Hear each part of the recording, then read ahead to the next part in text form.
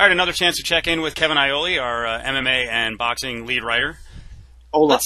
How are you? Let's get into a couple of interesting stories that people have been working on. And I know you put one in your mailbag, and we kind of didn't touch the other one because there was no story. But the first one is the storm that kind of brewed the day after people found out that Matt Hamill had staph infection and was allowed to fight. And it turned into this whole witch hunt. And I think there's a lot of sort of details that didn't get out there and that were kind of misreported. Yeah, I mean, number one, that was a concerning thing because obviously staph infection is generally contagious, and it's something that nobody wants. I mean, believe me, nobody wants that, and it can end a person's career, can end their life if it gets too bad. So that's something that you have to take great precaution to prevent the spread of staph. So when Hamill said that, it was a little bit concerning, I have to admit, when I heard that Saturday night. But at that time, there's no way to double check on what's going on. So I looked into it later, and Dr. Vicky Mazzarana from the Nevada Athletic Commission really got a lot of heat because of a story that was in the Las Vegas Review-Journal newspaper from 2009 that her clinic was shut down following a complaint to the Nevada Board of Medical Examiners. Well, it turns out that that was only part of the story. In fact, it was true that her clinic was shut down. Somebody complained directly to the state. But the state then went in and they looked at her clinic and they found her in total compliance, and they gave her a letter that states, "You're in complete compliance and we have no problems with you." However, that follow-up was not reported by the newspaper. So unfortunately for Dr. Mazzarana, it looks like she's somehow running a less than professional clinic. And it turned out that it was anti-abortion activists who had turned her in. Now, we don't want to turn an MMA segment into abortion one way or the other. But the point is being that, there was two sides to the story here, and only one side was written. It was written about the complaint, but when the complaint was investigated and analyzed and it turned out not to be true, that was not reported. So then that information was used in this Matt Hamill thing, I guess, to suggest, well, she wasn't not qualified in some way.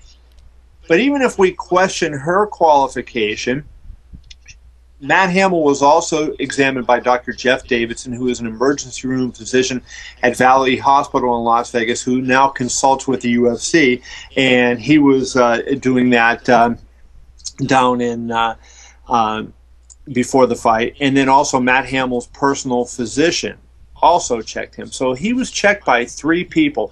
And another doctor that I know was at cage side. And I don't want to say his name because he didn't want to get himself in the middle of it, but he happened to see that lesion on Hamill's back, recognized what it was, and said that he didn't feel, because it was a hard lesion, that it would pose a threat to Keith Jardine or anybody else. So as a result, I think that this got a little bit out of hand, and it was just because of that one story that was reported from the Review Journal that there was no follow-up. Well, I think there's a lot of folks out there who are kind of into this whole conspiracy theorist, that they're uncovering something big, and to suggest incompetence on the part of a doctor when you don't actually know the doctor. Or I think the other disturbing thing that came out was kind of the suggestion that there's a lack of objectivity, that there would be something in it for a doctor to allow a fight like this to go on. Right. I mean, with the insurance risks out there, and especially in Nevada. I mean, we know this as longtime residents of Nevada. We can't even keep doctors here.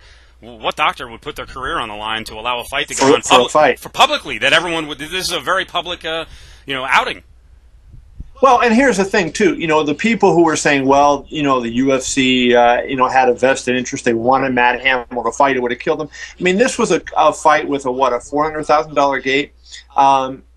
If both of the main events fell out, no big deal. It would not have hurt them in any way, shape, or form. It would not have affected their bottom line. It would not have affected their future. It would have had zero impact if that fight card, the entire fight card, got canceled. So that, in order to have a conspiracy, in other words, let's just play the devil's advocate, say there's something wrong with Brock Lesnar. Well, the UFC would benefit in that case, if Lesnar is allowed to fight.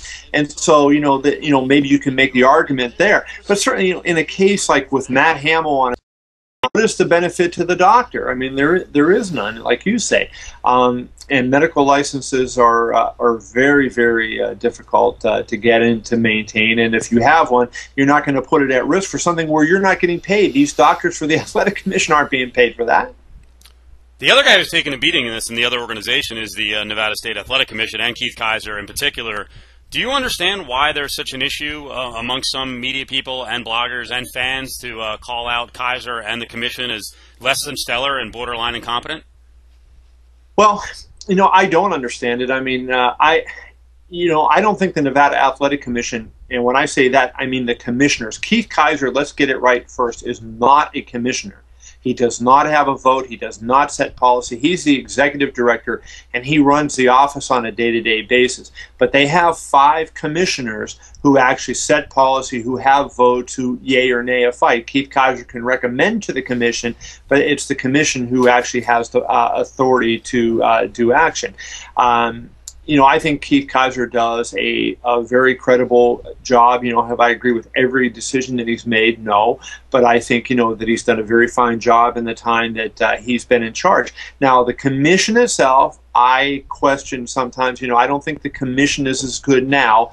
The 5 people who are on the commission, as it has been in the past. There have been times when there's been no question that the Nevada Athletic Commission was by far the best in the country, and I think there certainly is a question about that today.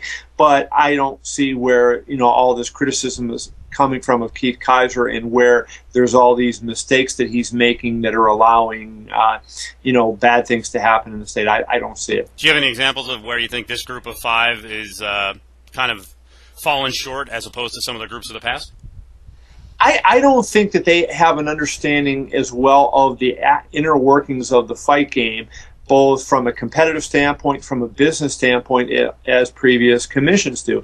I mean, I think of somebody like Dr. James Nave, who's a Las Vegas veterinarian, who was on the commission for many years. And they were willing to take tough stands. And they, Dr. Nave, I remember, questioning Mike Tyson at some of his hearings very, very carefully. They prepared extremely thoroughly for their hearings because they realized that, hey, they were, the de facto regulators of almost all of boxing. Mm-hmm. What Nevada would do would, a lot of times be imitated and duplicated by the rest of the sport. So, and now I just don't think that they have that same depth of knowledge, base of knowledge that they had before. And as a result, I think sometimes some things may slip under the cracks that had not done so in the past.